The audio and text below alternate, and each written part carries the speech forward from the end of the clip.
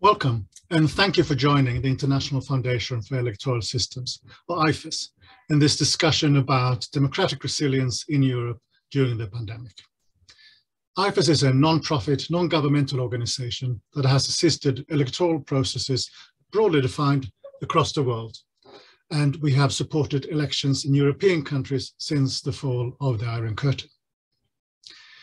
This is the 15th installment in our discussion series. We have covered issues from election administration to inclusion, disinformation targeting women in elections, cybersecurity, abuse of state resources, and the influence of Russia over European elections.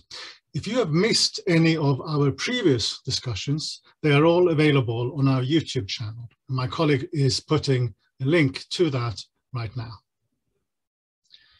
I'm Magnus Öhman. I'm the IFES Senior Political Finance Advisor, and I'm also Director of the IFES Regional Europe Office in the Czech Republic, and we are hosting this event. This discussion is part of a larger USAID-funded program of democracy assistance with the goal of supporting leadership that champions democratic practices and is made possible through the generous support of the American people. So today we'll be talking about disinformation. Inaccurate information intentionally spread by both foreign and domestic actors, and that has proved a major challenge in the electoral and political processes in European countries. So fighting disinformation is essential in counteracting a phenomenon that threatens to undermine our democratic process. However, there's also a concern that efforts to counter disinformation may themselves jeopardize free speech and so put our democracy in peril. We're talking here both about illiberal governments using the fight against disinformation as an excuse for targeting the opposition and civil society space, and also what we can term honest or genuine action against disinformation that may inadvertently harm the freedom of speech. So to help us understand these issues, we have with us prominent experts on electoral and political processes. I will start by exploring the interplay between disinformation and freedom of speech, together with the IFES Global Social Media and Disinformation Specialist, Center for Applied Research and Learning, Lisa Rappel. We'll then turn to Matej Cibik, who is a research fellow at the Institute of Philosophy, the Czech Academy of Sciences. We'll talk to Laura Thornton, who is Director and Senior Fellow at the Alliance for Secure and Democracy, the German Marshall Fund. And finally, we'll turn to Marcin Walecki, who is former Director of the Democratization Department of OSCE ODIHR, who's now a visiting fellow at St. Antony's College in Oxford. We'll then open for questions to our panelists and for comments. If you have any questions, you can already now type those in using the Q&A button at the bottom of your screen. So first, let me turn to Lisa Rappel at IFES. Lisa, let's start with getting the concepts clear. If we are talking about disinformation, and by extension, the fight against disinformation, what does that mean? Sure. Thanks, Magnus, and a pleasure to be with you here today and my other esteemed panelists. So anyone that's engaged with the disinformation space has probably encountered a fairly basic set of disinformation definitions. That would be misinformation, disinformation, malinformation. Magnus mentioned it a bit in his opening, but misinformation meaning false information spread without the intent to cause harm, disinformation being specifically the deliberate or intentional spread of false or misleading information, and malinformation being the sharing of true information with the intent to cause harm. So this is exploring that full space between your aunt who is with good intention sharing problematic false information about COVID, to a deliberate directed state-sponsored disinformation campaign, to the use of doxing or the exposure of damaging information as a political tactic. So these definitions can be useful but I find often when people talk about disinformation, frequently they're using that as shorthand for a much broader problem set. I like to use Claire Wardle from First Draft's phrase of information disorder. So this speaks to a much more complex nature of this particular moment, specifically the ways in which the evolution of digital communication, the ways that the news ecosystem has evolved to unmoor us from shared understandings of reality, to feed conspiracy and polarization. And of course, there are a plethora of different tactics and dynamics that go into this complex phenomenon. And it's about a lot more than just the objective truth value of an individual piece of content. And I think it's important to use definitions that acknowledge the complexity of this problem because it keeps us from looking for overly simplistic solutions. And simplistic solutions, particularly those that hinge on coming to a consensus on a definition of what constitutes disinformation or what exactly is fake news.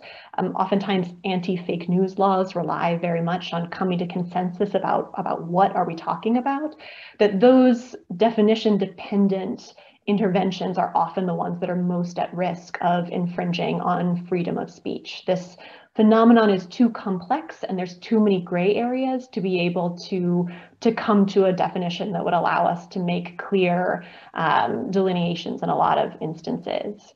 So all of that being said, I know our focus here today is more specifically on deliberate disinformation campaigns. So these are those directed campaigns by a plethora of different actors. And I know that's sort of what we're digging in on today and looking forward to talking more about that. Well, if we are talking about directed disinformation campaigns and the different actors, well, who are the actors that we should be the most concerned about? Yes, a great question. So there was a lot of focus after Brexit and the 2016 US elections on the role of malign foreign actors. By no means, as I'm sure many people on this webinar are aware, was that the start of foreign malign influence operations online, but it's really sort of when the global conversation got a lot louder after 2016, with a lot of public focus on state-sponsored disinformation coming primarily from Russia, China, Iran, and other state-sponsored actors. And this certainly still exists. I know there are other panelists in this session who can speak to this with a lot of specificity. But I want to underline that by no means is that the full picture that we're looking at when we talk about directed disinformation campaigns.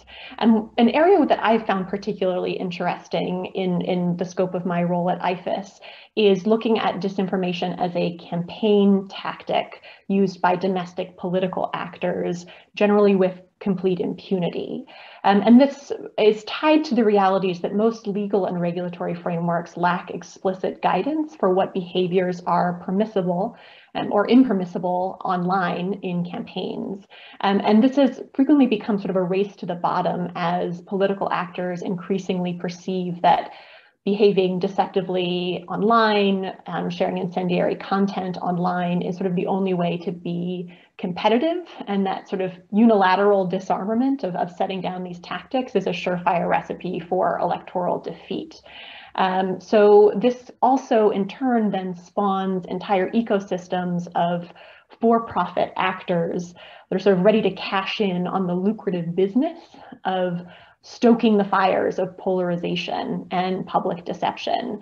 And so both domestic and international actors that are operating as sort of black PR firms, peddling disinformation, peddling campaigns for hire. So I like to make more complex this conversation than opening it beyond just the focus on foreign actors. Thank you for that, Lisa. So the main topic for our discussion today is about the interplay between disinformation and freedom of speech. And given the sensitivities involved, how can we think about regulations against disinformation? So in my experience, oftentimes when the topic of regulation comes up, there can be an immediate jump to thinking about regulation that either focuses on regulation of the platforms themselves or sanctions for the producers of content.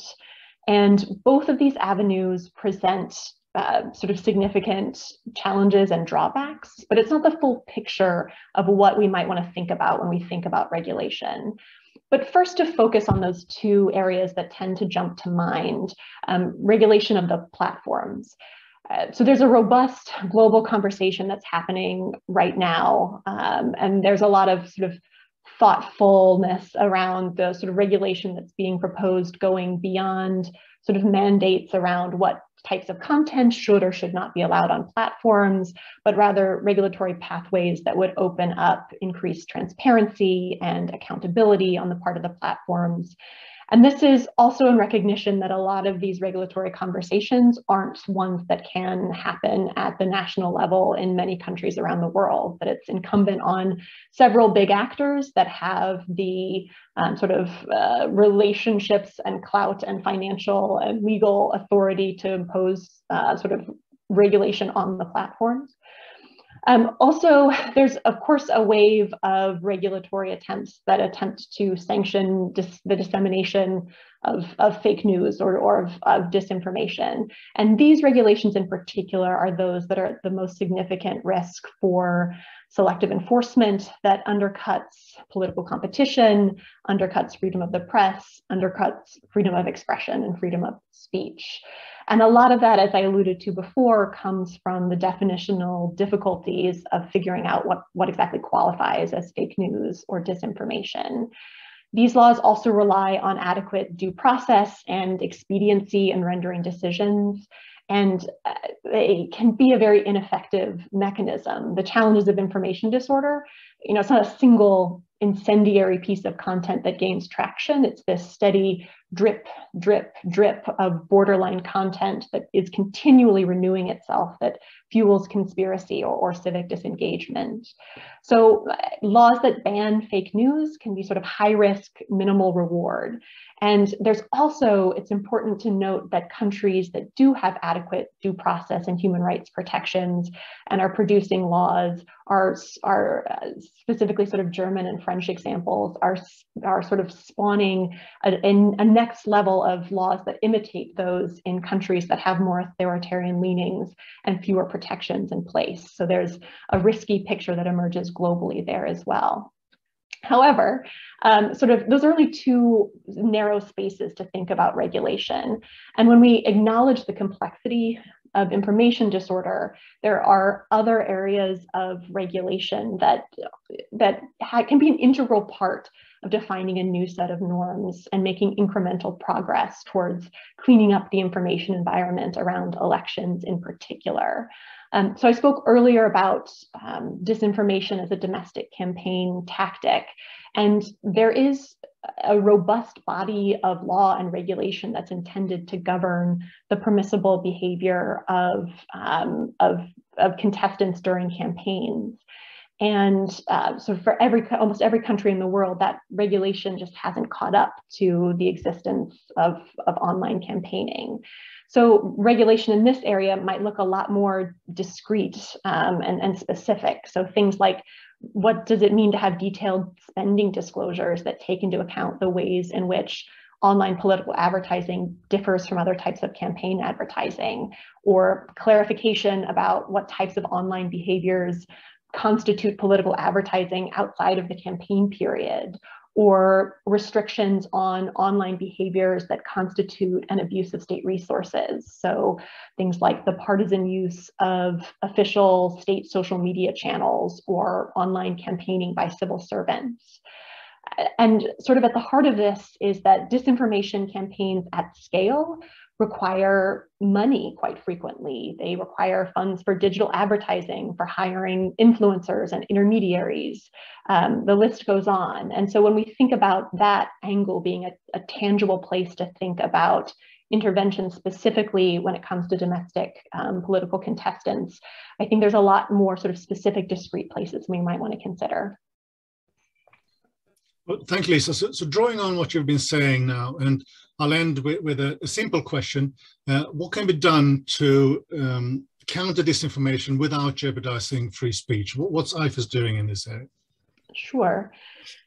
I think there's a lot is the simple answer. And I think that while acknowledging the complexity of information disorder can initially feel overwhelming, I think it also means there's many meaningful intervention points to push back and start turning the tide, recognizing that no single one of these interventions is a silver arrow that's going to solve this problem wholesale. But there can be this tendency to look for quick technological fixes, or to think that the right action from the platforms or the right regulation is going to allow us to get to the other side of this. But that isn't the reality. This is a challenge that's going to be with us forever. The challenges of deception and political propaganda and incitement to violence have been with us since the dawn of politics. So we are just at a significant disadvantage now because we are catching up to where technology is at, and globally societies are taking hits because our cognitive armor is still developing. So that being said, when we look at what are some of those concrete intervention points and sort of some of the ways that IFES is working, these are things like equipping democratic actors that might be sort of still getting up to speed with what this current technological moment means. So IFES does a lot of work with election authorities as they try to cope with these new challenges. So proactive responses to help bolster communication that promotes transparency and trust, that pushes back at that sort of erosion of trust in democratic processes. So these are things like IFES has a crisis communication playbook that we work through with election authorities so they can plan out and anticipate how they're going to react in instances of disinformation-fueled threats to electoral integrity. We're also developing a range of digital strategy tools for election management bodies. I've recently seen some interesting research that suggests there's a correlation between election authorities that are using social media effectively and voter confidence in the outcome of electoral results. IFES also works with oversight bodies, judiciaries, election authorities on updating legal and regulatory frameworks in exactly the ways that I had talked about previously. We also work with civil society partners. There's lots of innovation happening with civil society partners using digital forensic techniques to be able to identify campaign violations in online spaces, identify abuse of state resources in online spaces, identify networks of coordinated inauthentic behavior. So IFES does a lot to invest in those approaches and then facilitate peer exchange, recognizing that when good ideas emerge, we need to make those connections to be able to scale and spread those most impactful approaches. And that's just a small piece of the pie. There's also work with fact-checking networks, with media literacy initiatives. And also, IFES recognizes that the platforms do play a large role in this. And to the extent that we can facilitate connections between our local partners and the different platforms, we can at least try to push the tide towards a place where those platforms and products are more responsive to the needs that we see on the ground and that our partners have. So I'll go ahead and leave it there, Magnus. Thank you very much, Lisa Rappel at IFES. And we now turn to Matej Cibik, who is a research fellow at the Institute of Philosophy, the Czech Academy of Sciences. So Matej, having heard what Lisa has been saying, how do you think how should we define disinformation, conspiracy theories, including those that are online?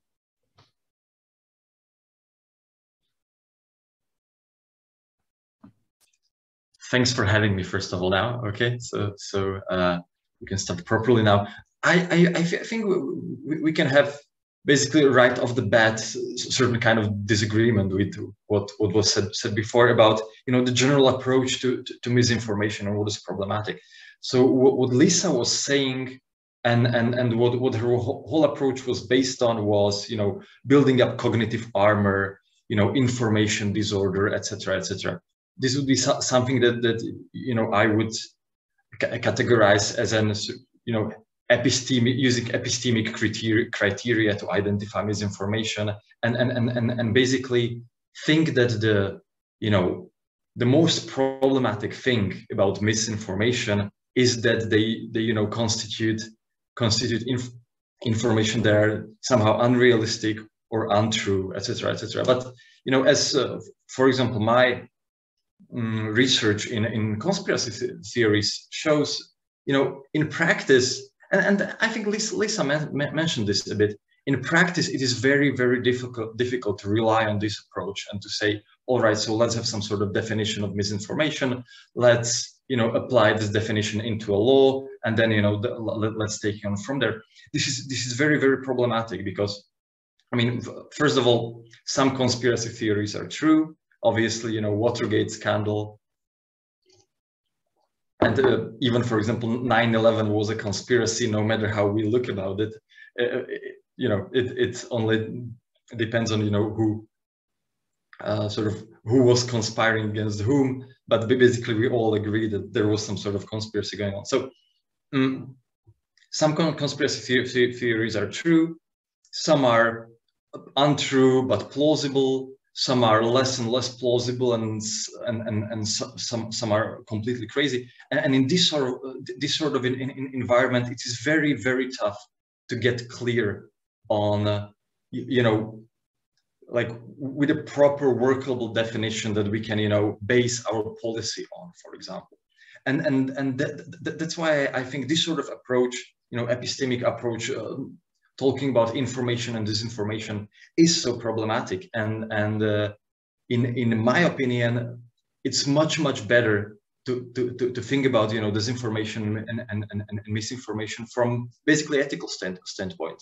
So think about, you know, conspiracy theories, for example, as possible instances of hate speech, perhaps. Asking question like, you know, is the spread of disinformation targeting a specific group, attracting their equality, their humanity, etc., etc.? Are these conspiracy theories, you know, homophobic, racist, etc., etc.? And what is their, you know, final goal in the end? And with this sort of ethical approach, not focusing on, you know, cognitive biases, etc., etc., I think we can get, you know, much more useful information out of it. And yeah. Okay, so drawing on that, in the research that you and Dr. Hardis have done, you reject the idea that, and along with what you've just been saying, that a statement is untrue does not necessarily mean that it's problematic for society. Can you explain that a bit more? Yeah, so we call it the fact of irrationality, and it says that, you know, most people believe a lot of untrue statements most of the time. So when we, you know, think about astrology, for example, you know, whatever, homeopathy, natural healing, etc., etc. So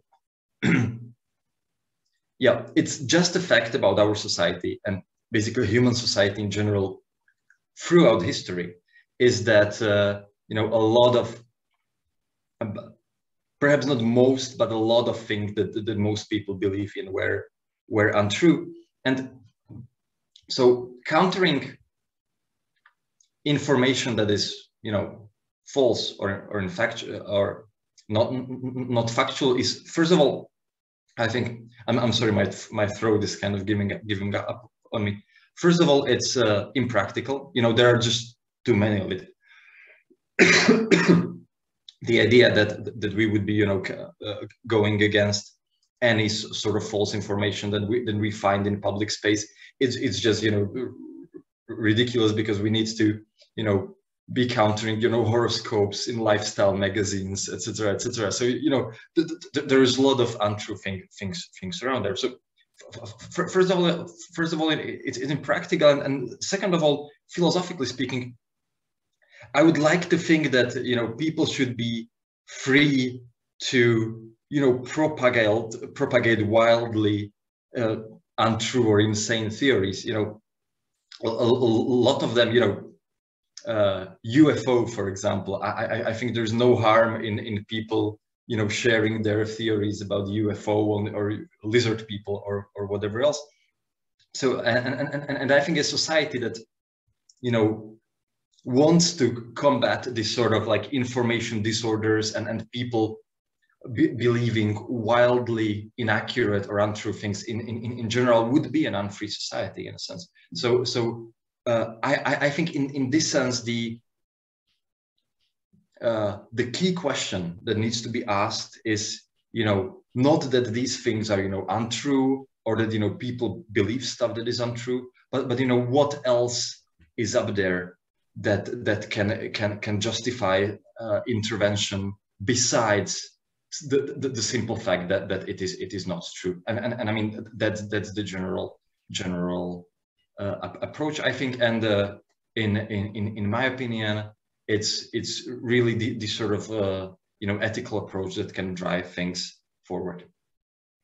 Yeah. Well, this ethical approach is very interesting, but can you give us some more examples to illustrate the distinction between what you see as problematic and at least theoretically unproblematic theories and ideas? Okay, so let me give you like one basic practical example. We are ruled by a giant pipe smoking rabbit is an unproblematic statement in that there's nothing it catches on in real society, or we are ruled by lizards or something like that. Giant pipe smoking rabbits are not popular, lizards for some reason are, but yeah, so this is not problematic in itself. Talking that we are ruled by 30 powerful Jews starts to be problematic, and not because one statement is true and one statement is somehow false. It's because it targets these specific groups. It links on anti-Semitic feelings that are pre-existing in society, and it wants to inflate them, etc., etc. So again, it's not the fact that we are ruled by X is untrue or is etc. It's the further ethical problems that come with that, and that it links to a certain ethical basically discriminatory attitude. Another example, one of the most popular conspiracy theories recently, at least in Europe, I think, is this sort of great replacement theory, where we are led to believe that the immigration wave is organized by I don't know, Brussels, George Soros, someone, and that the immigrants are coming and they are basically here to replace us. And I mean, it's obviously false, but and it's obviously problematic, but it's not problematic because it is untrue again in itself. It's problematic because of the attitude it sort of propagates towards refugees and immigrants. Because basically what the theory says is that we are at war, and that these people coming here are the enemies, and we are basically fighting for our lives here. And if we are fighting for our lives here, obviously a number of means are necessary to take, and again it sort of like propagates hatred, etc., etc. So I would strongly argue for this sort of like ethicized approach towards misinformation and conspiracy theories, as opposed to only epistemological approach focusing on them being untrue. Yeah. Well, if we're talking about approaches to countering disinformation without jeopardizing free speech, you argue that in your research that while critical thinking is valuable in terms of education of youth, it needs to be complemented by what you call free and equal citizenship. What do you mean by that? Okay, so again, coming to the main thought, a lot of people, or perhaps there is a quasi consensus on media literacy and critical thinking, thinking that when the people will be literate, more literate when it comes to media, and more critical when it comes to their information, we will somehow solve these sort of issues. I think as my examples has shown, people don't believe these theories because they've been fooled. People believe these theories because somehow they link on their you know, preconceptions about, you know, race, homosexuality, etc., etc. And so basically the simple idea is that the enemy here isn't as much disinformation as such, or untrue information as such. The real enemy are these sort of preconceptions about race and homosexuality that somehow needs to be combated. So the idea basically is that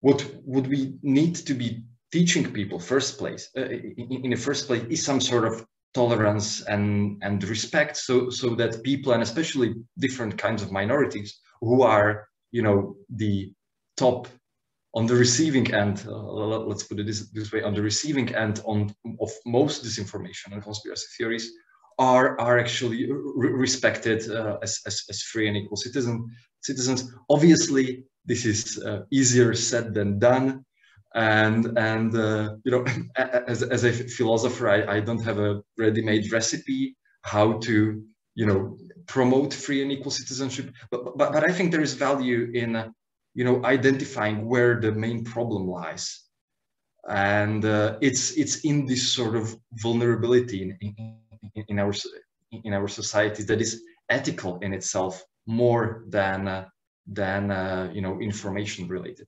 Yeah. Thank you very much, Matej Cibik at the Czech Academy of Sciences. So we'll next turn to Laura Thornton, Director and Senior Fellow at the Alliance for Securing Democracy. Laura, to start off, much of the discussion around tackling online disinformation and fear of censorship relates to social media. From your perspective, how do social media platforms relate to the issue of free speech protections that we're talking about? Well, first of all, thank you, Magnus, and thanks to IFES. It's a true privilege to be here. Yes, indeed, any conversation about tackling disinformation by regulating platforms leads to this, I would call, sort of free speech versus censorship false flag. You know, first, online spaces are not neutral public squares with one person, one voice, and internet companies certainly aren't governments obligated to follow free speech guarantees, though they do love to wrap themselves in the flag of the First Amendment and claim that they are just a marketplace of ideas and neutral exchanges. But I think what's important to keep in mind is, and Lisa referred to some of this, is that platforms are in fact curators of very unnatural speech and information exchange that's driven by profits. It's not free speech, it's extremely expensive speech. Social media ad revenues in 2020 alone reached $41.5 billion. And so malign foreign actors, domestic malign actors are active purchasers, even supporting political campaigns and darting around campaign finance regulations. There's one example last year of a marketing agency that offered to pay social media stars to spread disinformation about COVID-19 vaccines. So there isn't this sort of neutral, even playing field of speech online. It's algorithms driven by profit. And the problem here is where the profits lie. And sadly, because we're humans, it's in divisive, hateful, and untrue content. Platforms take harmful content, they target it, they amplify it to reach as many people as possible to make more money. So if you're saying that's the equivalent of free speech in a public square, it would be like taking that public square, handing megaphones to the foulest people with the most crazy lies, and slapping duct tape over the mouths of people sharing the truth.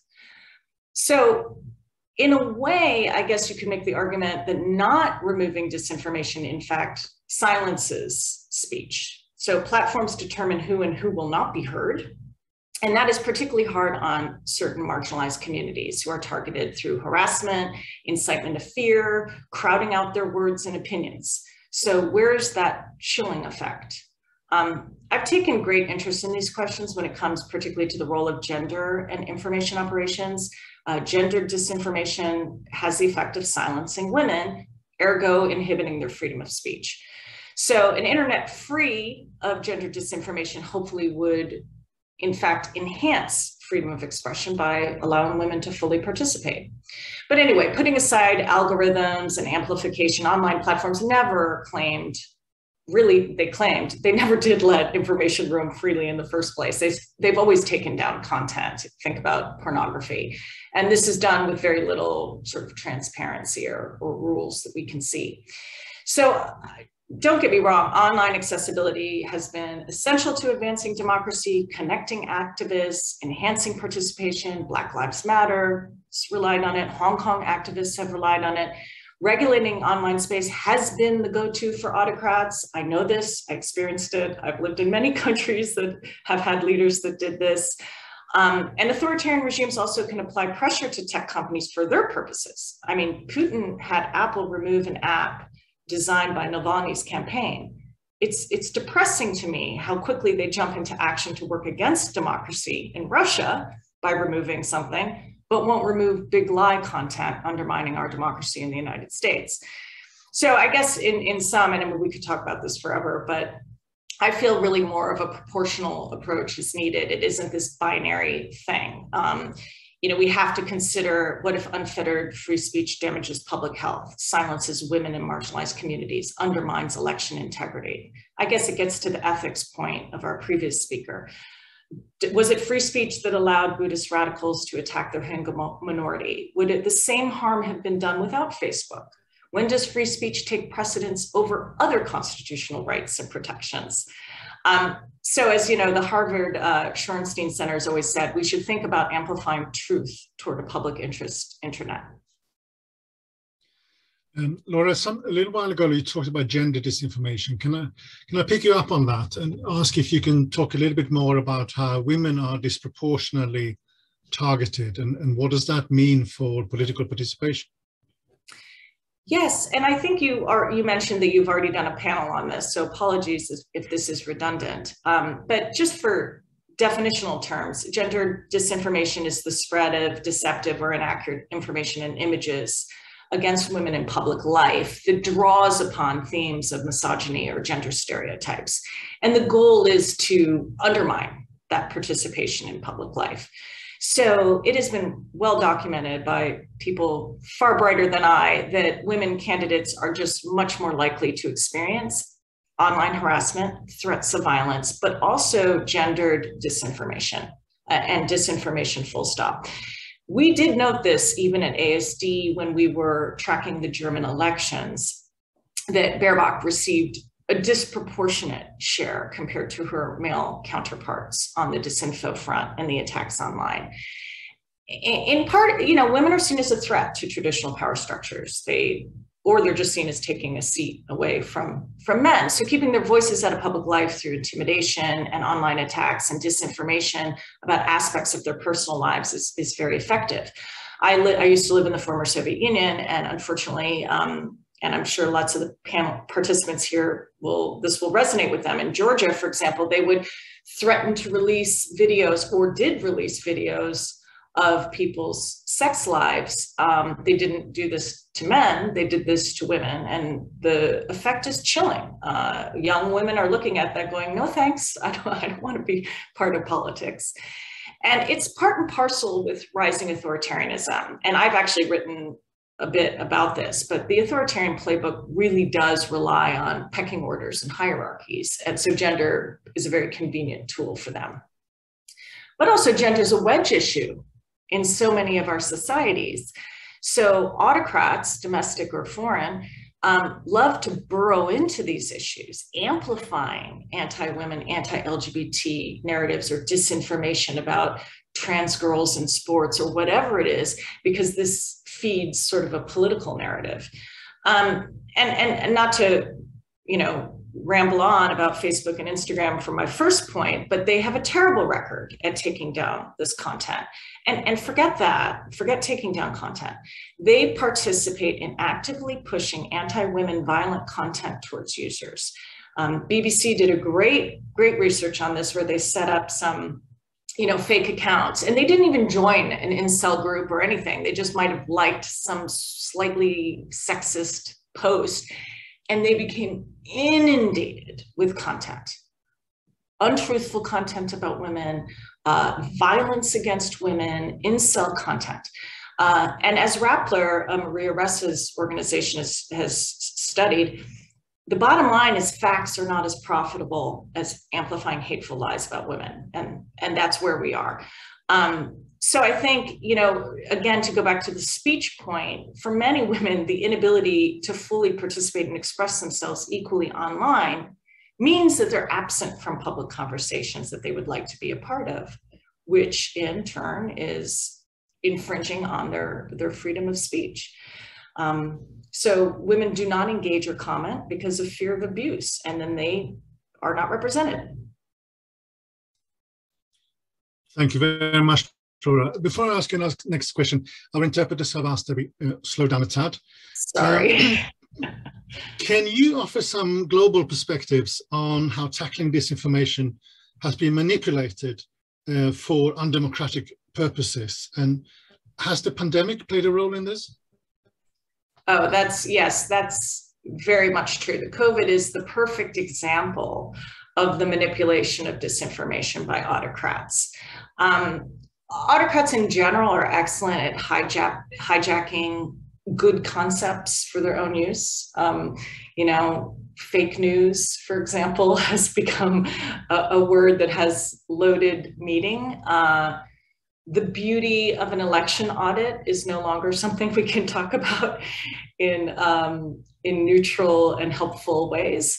So we're not in a good place today overall. I mean, we know well democracy has been backsliding across the globe. More than half of Europe's countries have experienced democratic erosion over the past 5 years.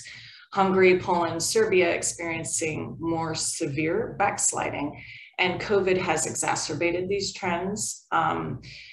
Two areas that have been particularly hit from a democracy perspective are freedom of speech and media integrity. And the great international idea where I used to work has tracked this, and they found that more than 40% of countries have taken action to restrict freedom of expression due to COVID. 36% of those democracies have done so. 14% of European countries have done so. And disinfo is the reason.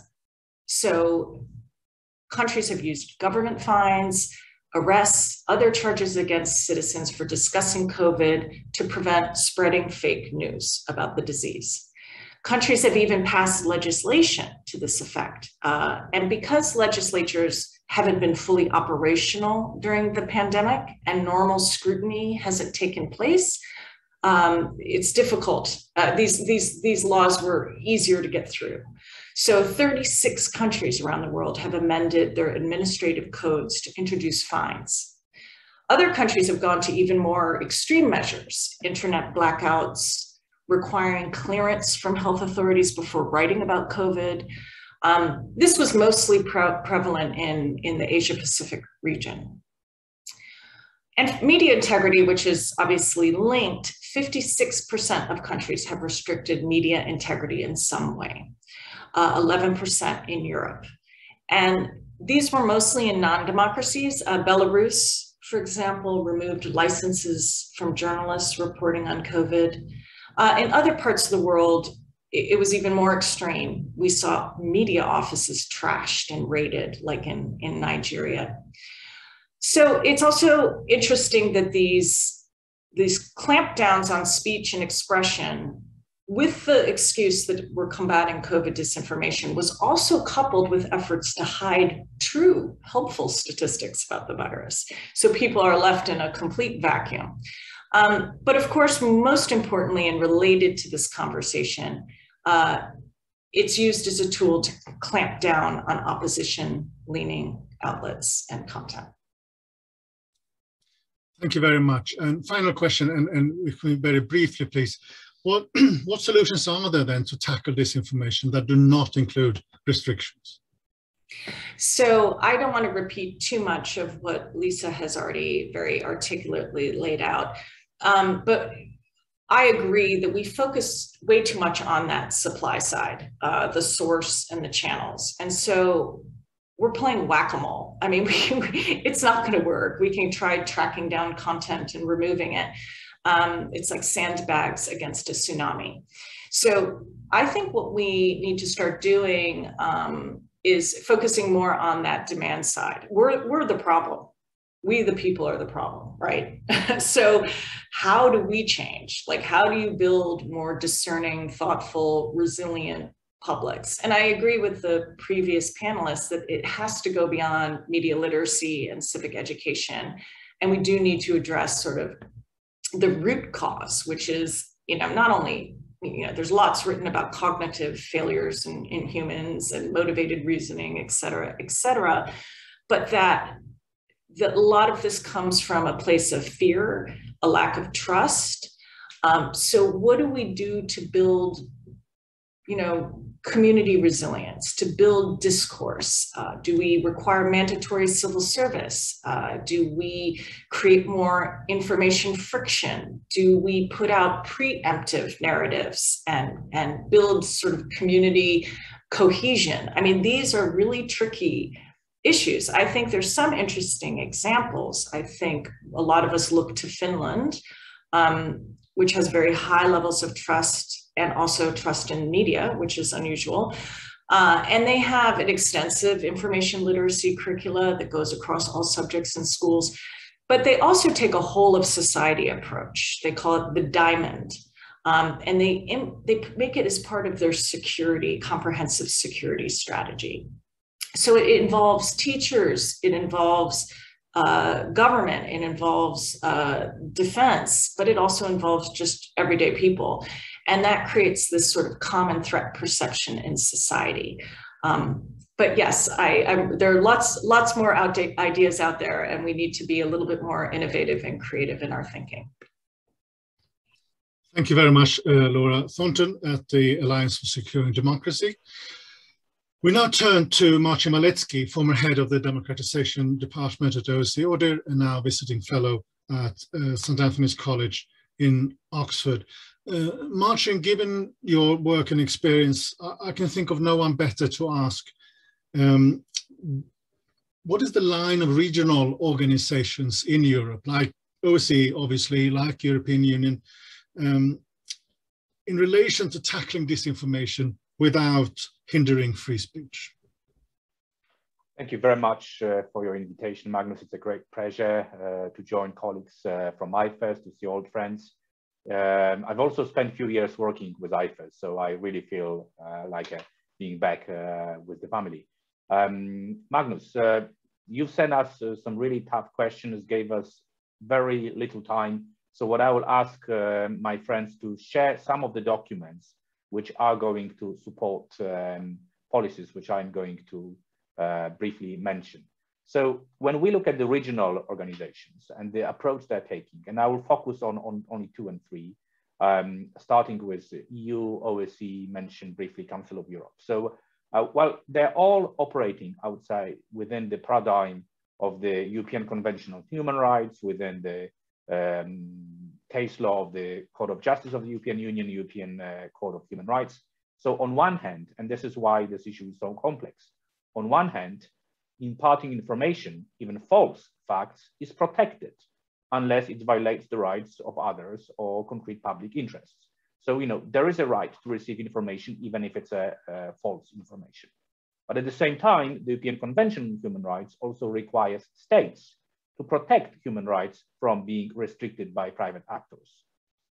However, those measures that limit the spread of disinformation, such as labeling, are more, I would say, recommended than just removing or blocking it, because then you don't have the proportionality, which is, one of the key principles. So I would briefly mention a few policies which have been recently introduced by the EU, and I would ask colleagues to share the documents because we're talking about 5 years of regulatory interventions, number of initiatives. So when we look at the EU, a regional approach, I think the issue of disinformation has been tackled from two perspectives. One, it's self-regulatory measures. In 2018, the Code of Practice Against Disinformation was introduced. In 2020, assessment of this code pointed out to a number of loopholes, a number of inconsistencies. So EU is now working on amendments on removing those gaps. So the self-regulatory approaches is one way of dealing with disinformation. However, there are also some very important policy initiatives, and I would just basically mention two. The important one is the European Democracy Action Plan, and the one which is particularly close to my heart is all the discussions about protecting integrity of elections and creating a proper ecosystem for electoral integrity. We don't have time to go into much details of European Democracy Action Plan, but this plan really presents a diverse set of strategies for fight against disinformation. This includes developing a toolbox by sanctioning against opportunities of foreign interventions, increasing awareness about common use techniques, reinforcing existing cooperation among structures, and investing in a robust media and information ecosystems. So just to sum up EU policies, some experts believe that EU policies are suffering from lack of terminological clarity, untested legal foundations, weak evidence base, weak EU political mandate, too many instruments which have not been developed in a proper way. Yet I would argue EU has also achieved some successes. It did create a code of practice on disinformation. It has a very sharp policy document, European Democracy Action Plan.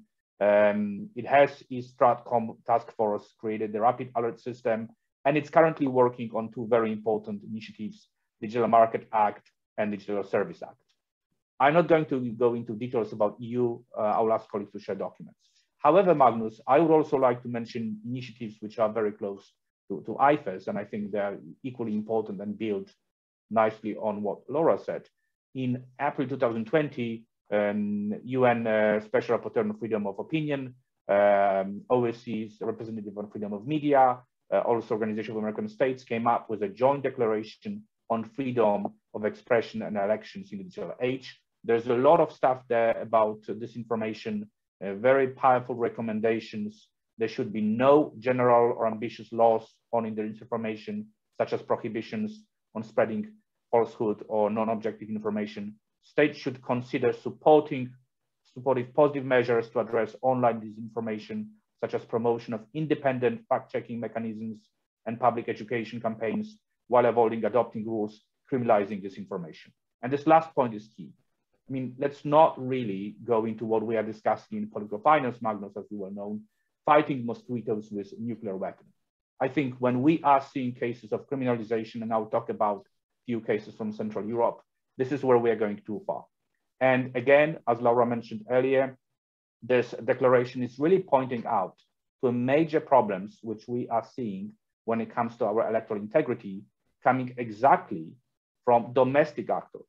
I know that you had a webinar about foreign interference, but the biggest threat, as I see, and I will talk about it later, is disinformation coming from domestic actors, some regimes which are within EU, which are actually using this as a pretext for their own interventions to limit media freedom and freedom of speech. Well, thank you, Marcin. And there are a lot of questions I could be asking you and issues for us to discuss, but unfortunately with time, we do need to focus. So one issue that has been raised is that there are governments in certain European countries that use the notion of disinformation to defend actions that target free speech and the voice of the opposition. How widespread is that phenomenon now? Well, I mean, Laura just gave you some examples. I also admire work done by International IDEA, monitoring it in a very methodological way. But I would like to focus on two cases which I know quite well. I've seen many of them during my days with OSCE or ODIHR, but two cases which are close to my own heart, coming from a post-communist region. And, cases which, again, we've been discussing foreign actors using manipulation tactics to mislead EU citizens, to undermine electoral integrity. However, and here I would suggest we share the Carnegie paper, I totally agree when experts are also expressing concern about the EU states themselves becoming a source of misinformation and disinformation. And you know, I will name the usual suspects. Laura already mentioned some of them. If you look at the two recent cases coming from Hungary and Poland, if I quote the Council of Europe Commission on Human Rights on Freedom of Expression in Media, Freedom in Hungary, in memorandum, and I read here, the combined effects of politically controlled media regulatory authority and sustained and distorting state intervention in the media market have eroded the condition for media pluralism and the freedom of expression. Free political debate and the free exchange of diverse opinions, which are prerequisites for democratic societies to thrive, have been severely curtailed. The situation is exacerbated by sustained smear campaigns against human rights defenders and independent voices, which are designed to stifle civil society and send a clear and chilling message that there will be prompt retaliation against any form of criticism against the government. This is not Belarus. This is in the middle of EU. This year, memorandum prepared by Council of Europe Commission for Human Rights on Freedom of Expression Media in Hungary. Some cases were mentioned. Let me just bring to your attention.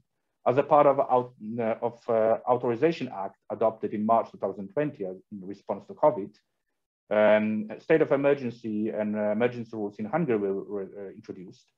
Section 337 of Criminal Code was amended, stipulating that those who spread false and distorted information that obscure the efficiency of protecting efforts during the state of danger may face a prison term up to 5 years. By the end of July 2020, 134 related cases, criminal cases, investigations had been initiated.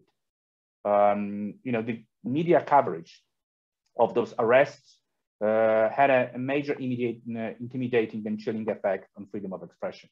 This is the latest report coming from the Council of Europe Human Rights Commissioner.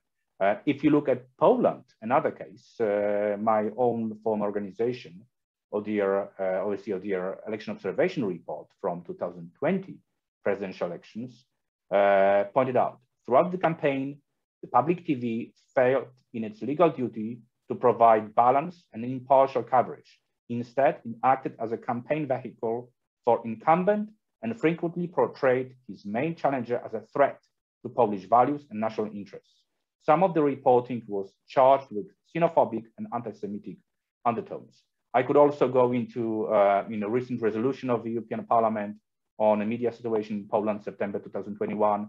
And I will just briefly mention, Magnus, 1 second, recent legal opinion produced again by OSCE ODIHR on the impact of legislative acts introducing a state of emergency in Poland, blocking access for media to the zone with the Polish-Belarusian border, and the reported, the legal opinion points out that complete lack of information may indeed lead to the proliferation of misinformation, raise fear, and create security concerns which are not based on recorded facts, and indeed may serve to undermine confidence rather than strengthen it.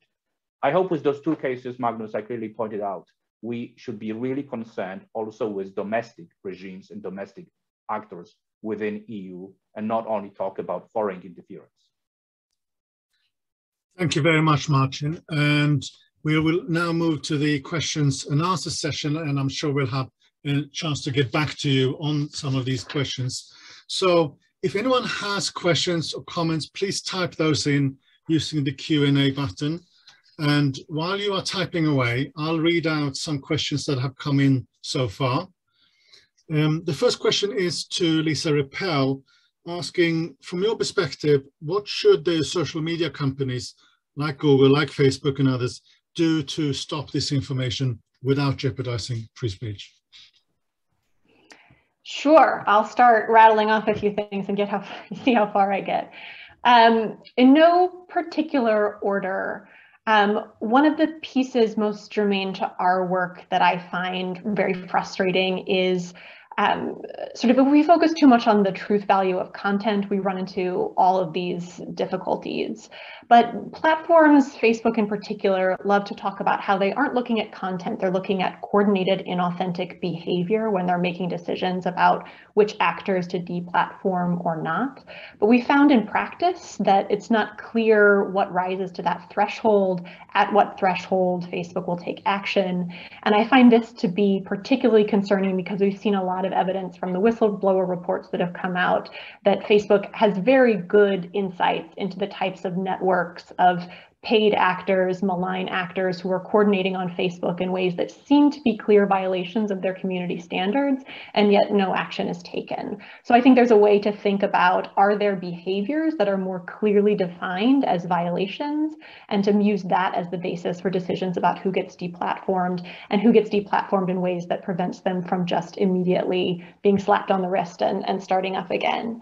Another area of concern that I have is making sure we maintain maintain and expand existing access that researchers and civil society have to data.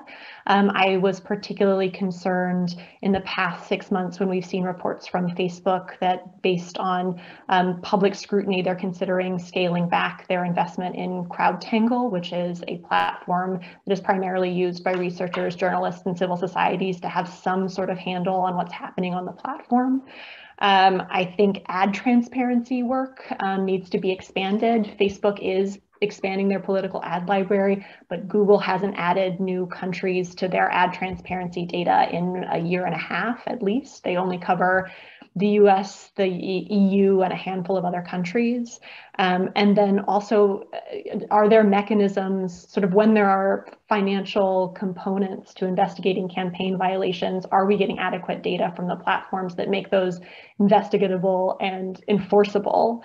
I could keep going. Algorithmic transparency is a huge one and is part of the regulatory conversation in terms of, are there trusted actors who can have some sort of oversight or influence on the algorithms that are being used to serve up content in the ways that Laura articulated very clearly, in ways that promote incendiary content and manipulative content. We've also seen Facebook in the past couple of years has really gutted their trusted partner program, the ability to channel up local concerns to the platforms. And I think that's another area where maybe in practice it wasn't working perfectly, but I think there is a way to ensure that local actors have a greater ability to be flagging particularly problematic content. I'm sure there are more, but I'll stop there. Thank you very much, Lisa. And yes, unfortunately, we do need to keep our answers quite short. There was a question that came in for Marcin Walecki. You talked about targeted efforts by certain governments, but beyond that, there are also well-meaning efforts to counteract disinformation that may have a negative impact on freedom of speech. And what's your take on that? Okay, Magnus, I will take your question, and I will also try to take question by Bartek Lach about, do we need a new treaty? So what I would actually argue, and I will also mention what Stefan was asking. I think that definitely we are not just solving national or regional problems, but we rather need to create a discourse, a debate about global disinformation policy for democracies to adapt them to local conditions. And I think EU, actually, Stefan is doing this exactly with their policies, with their research. I don't think OSCE has this capacity to basically define the problem and propose a solution. So question Bartek was asking, do we need a new treaty?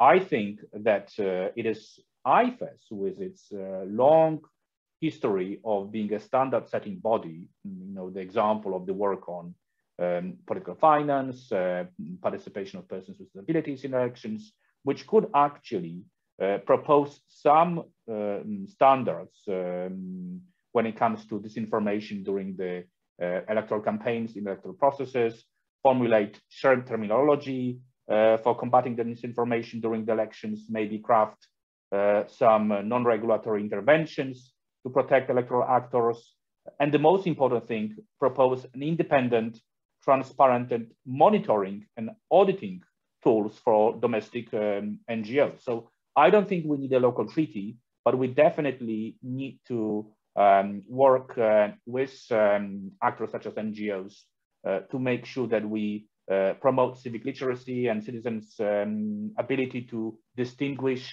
between reliable and verified information. And there is a potential to actually equip domestic observers and NGOs with ability to monitor cases of disinformation.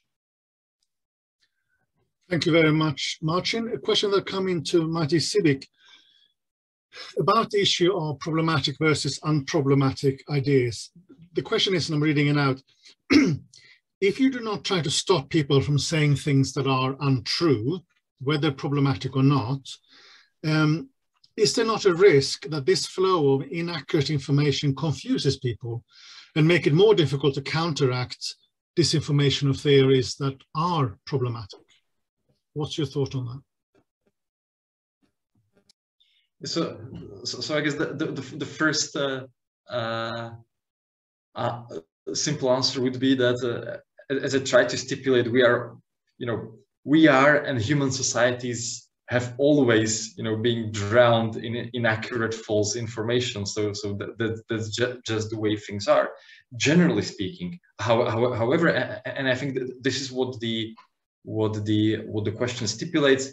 Obviously, within specific fields or region, this sort of drowning in disinformation can really be problematic. And I guess the example beyond the question would obviously be the pandemic. So we have all the sort of disinformation online, in emails, absolutely everywhere, and it is absolutely true that it might be difficult for a lot of people in their specific information bubbles to actually get accurate information. And in this sense, again, I would say that, generally speaking, correcting false information is an unachievable and problematic goal for a government.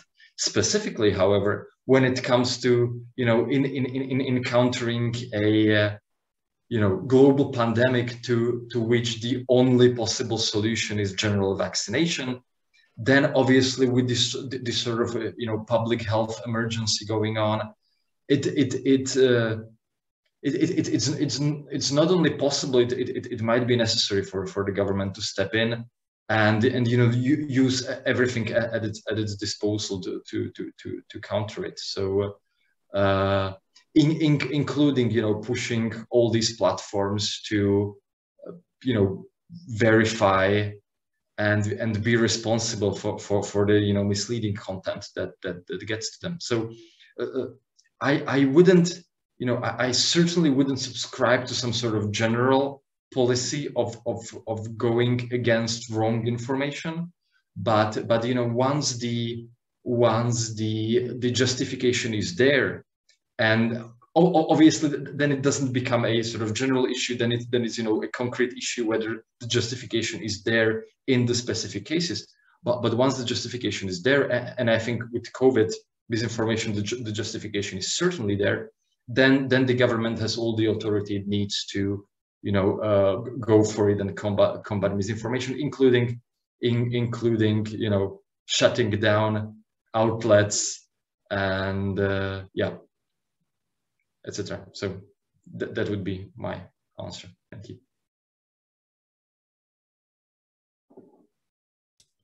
Thank you very much for that answer.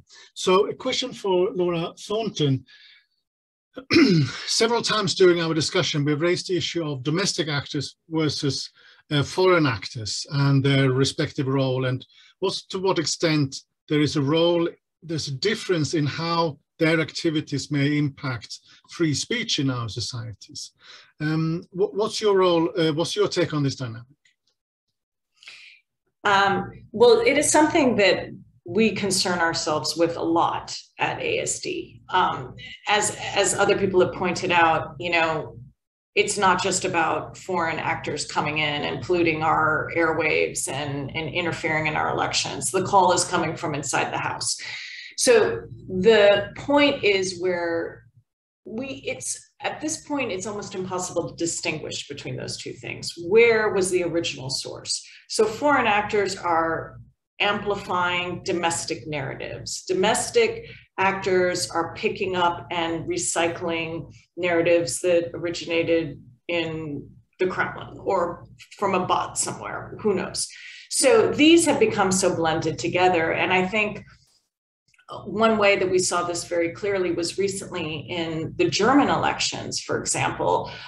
We had a dashboard tracking information operations, and we were looking at China and Russia and Turkey and other players, but we were also looking at the domestic media landscape. And it was shocking to the Germans to find out that the #1 YouTube channel in the country in the lead up to the elections was RT Deutsch. That is Russia Today. So that was in German, in the domestic most popular YouTube channel. On top of that, RT Deutsch, we showed, was spreading very harmful disinformation about COVID-19 and vaccines, et cetera. They were also trying to push a sort of can't trust mail-in ballot bit, but they dropped that. Luckily, YouTube did remove RT Deutsch. RT Deutsch blamed us for it. We were very proud. But it just goes to show you that these things are blending together. So to try to say, oh, we're just going to stop these foreign channels. We're just going to block media, for example. I know there might be Ukrainians on this call. That was their approach. Let's just block Russian television.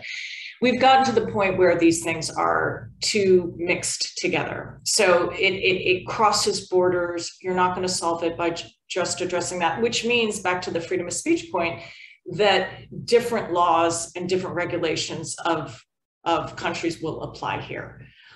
So as we know, and I think there was something in the questions, the Americans have a very sort of different standard of speech than several of our European friends. So taking a sort of country by country approach to a problem that is global, whether you like it or not, and it's impossible to differentiate between domestic and foreign, is not going to work.